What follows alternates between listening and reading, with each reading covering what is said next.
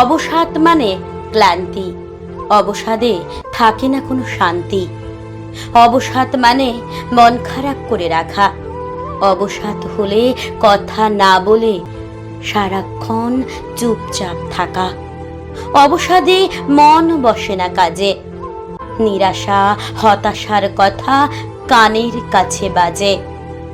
অবসাদ হলে অনিদ্রা আসে, একটুখানি কথায় চোখের জলে ভাসে। অবসাদ আনে দুশ্চিন্তা, অবসাদ কেড়ে নেয় আনন্দ।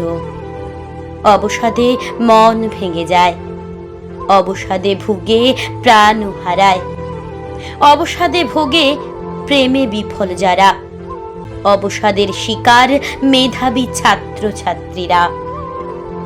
বাড়ির বধূ অবসাদে ভোগে, কেউ বা ভোগে নানান রোগে, কেউ আবার স্বামীর অত্যাচারে, ফাঁসিতে ঝুলে দিনে দুপুরে। বেকার যারা, চাকরি পায় না যারা, অবসাদের শিকার হয়েছে তারা। অবসাদ যাকে বলে ডিপ্রেশন, অবসাদে ভোগে তারাই যাদের নেই কোনো অ্যাম্বিশন।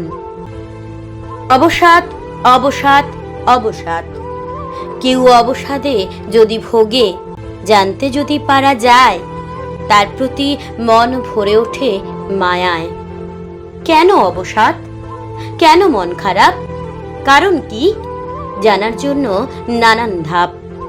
প্রশ্ন কাউন্সিলিং, কেয়ারিং, আরও নানা ধরনের বেয়ারিং। জল পড়া, ঝাড়ফুঁক, আর সাথে তাকতুক। অবসাদ কমাতে, আড্ডা জমাতে, তাতেও হয় না কাজ। হাসি ঠাট্টার কথায় তাদের রাগ বেড়ে যায়। তারা ভাবে আমাকে সবাই করছে হেয়। অবসাদগ্রস্তরা ভাবে নাইকো তাদের কেহ। স্বপ্ন ভঙ্গ হলে অবসাদে ভোগে, অপমানেও ধরে অবসাদ রোগে। তাই তো অবসাদকে আঁকড়ে থেকে নয়, অবসাদকে করবে না কোনো ভয়। অবসাদকে এড়িয়ে চলে করতে হবে জয়।